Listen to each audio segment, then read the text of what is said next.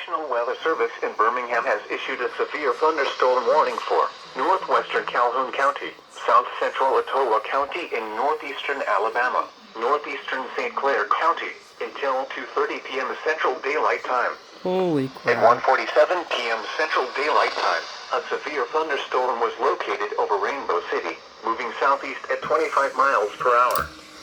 Hazard, 60 miles per hour wind. Source, radar indicated.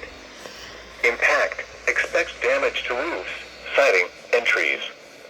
Locations impacted include Gadsden, Jacksonville, Rainbow City, Atala, Sachs, Glencoe, Weaver, Asheville, Ragland, Ohatchee, Steele, Reef City, Alexandria, Jacksonville State University, Gadsden Mall, Neely Henry Lake, Southside, Alabama International Dragway, Rock Lounge, and Cobb City.